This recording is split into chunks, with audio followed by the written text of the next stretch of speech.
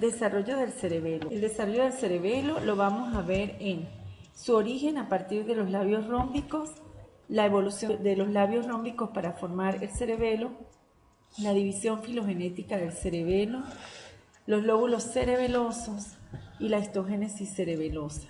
En primer lugar, los labios rómbicos se originan como engrosamientos dorsolaterales de las placas alares del metencéfalo.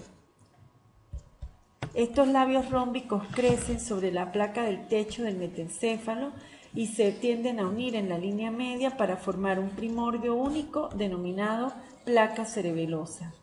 Inicialmente la placa cerebelosa solamente tiene una porción intraventricular y se nota que tiene un aspecto de pesa, donde la parte central se denomina vermis y las partes laterales se denominan hemisferios cerebelosos.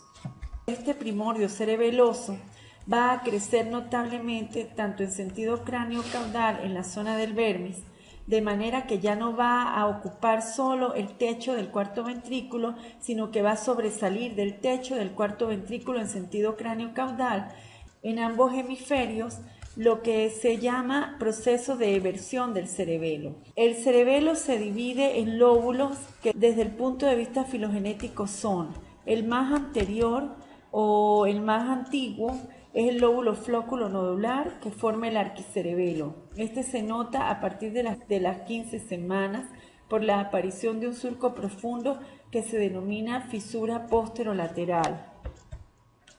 Posteriormente aparece el lóbulo anterior debido a la presencia de otra fisura, que es la fisura prima, que se nota entre el tercero y el cuarto mes, y el lóbulo anterior conforma el paleocerebelo. El resto del cerebelo ubicado entre la fisura prima y la fisura posterolateral corresponde al neocerebelo y se denomina lóbulo posterior. Las fisuras, como podemos ver en este esquema, son la fisura posterolateral que aparece a las 15 semanas, por lo que aparece este lóbulo denominado lóbulo flóculo nodular. La fisura prima que aparece entre el tercero y el cuarto mes, y de esta manera se observa el lóbulo anterior y el resto del cerebelo se denomina lóbulo posterior. Entre el cuarto y el quinto mes aparece una siguiente fisura que es la prepiramidal y que debido a ello algunos autores dicen que se divide el lóbulo posterior en lóbulo medio y lóbulo posterior, lóbulo anterior, posterior y lóbulo flóculo nodular. Observemos acá cómo se ha producido un crecimiento del cerebelo.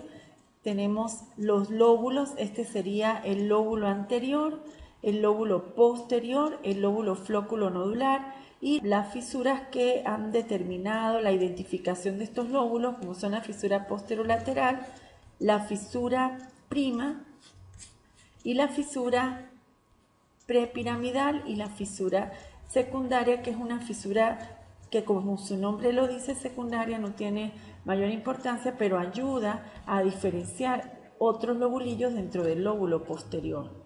Debido al marcado crecimiento de la superficie del cerebelo en un espacio tan reducido, él continúa un proceso intrincado de plegamiento y de fisuración. Esto asegura que el cerebelo crezca notablemente entre el periodo embrionario y el periodo fetal, y debido a ello y a la aparición de estos surcos y también de giros transversales, la superficie del cerebelo queda dividida en delgadas laminillas semejantes a hojas denominadas folia, que son características de la superficie cerebelosa.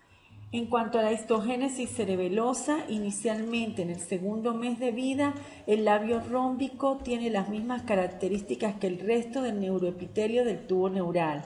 Tenemos una capa supraventricular, futura capa ependimaria y una capa del manto, donde están los neuroblastos en proliferación y en diferenciación, y la capa marginal. Para el tercer mes se observa un primer movimiento de neuroblastos en sentido radial hacia el área externa, atravesando toda la capa marginal, ubicándose por fuera de la capa marginal en la superficie del labio rómbico, donde forman una capa granulosa externa o cortical provisional.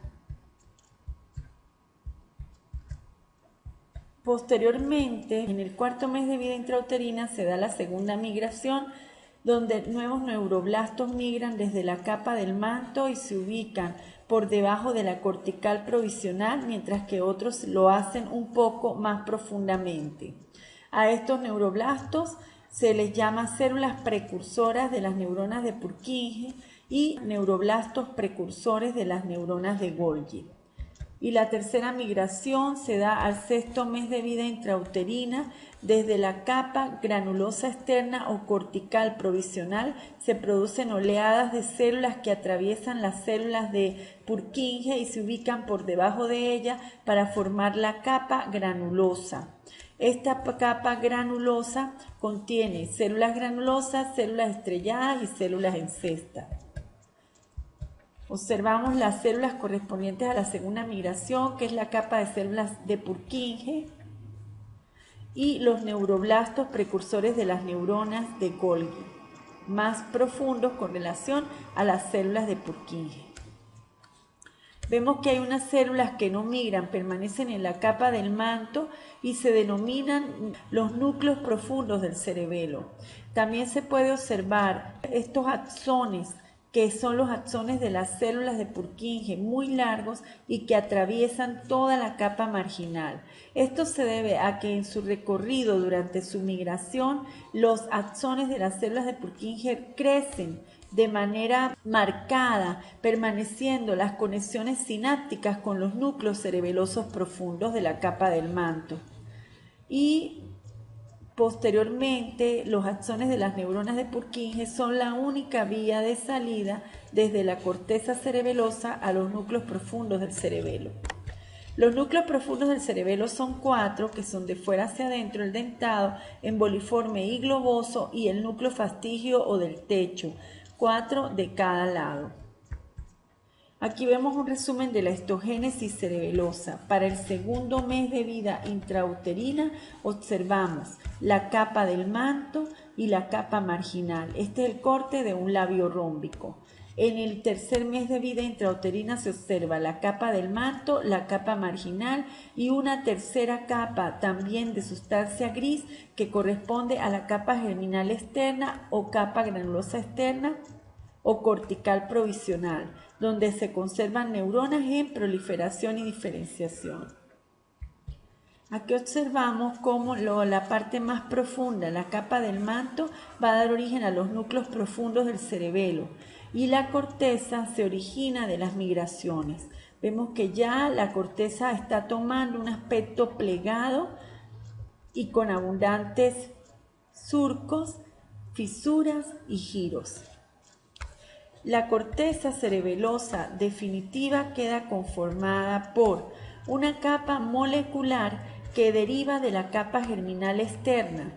En esta capa molecular se diferencian células estrelladas y células en cesta, que establecen asociación con los núcleos de las células de Purkinje. Una capa de las células de Purkinje, donde se encuentran los núcleos de las neuronas de Purkinje, y seguidamente la capa granulosa, que deriva de la última migración y que en ella se van a encontrar células granulosas, se van a encontrar células estrelladas, células en cesta y las neuronas de Golgi. Después tenemos la capa marginal o sustancia blanca atravesada por los axones de las células de Purkinje y finalmente en la parte más profunda otra área de sustancia gris que corresponde a los núcleos cerebelosos profundos por encima del epitelio ventricular del cerebelo. Muchas gracias.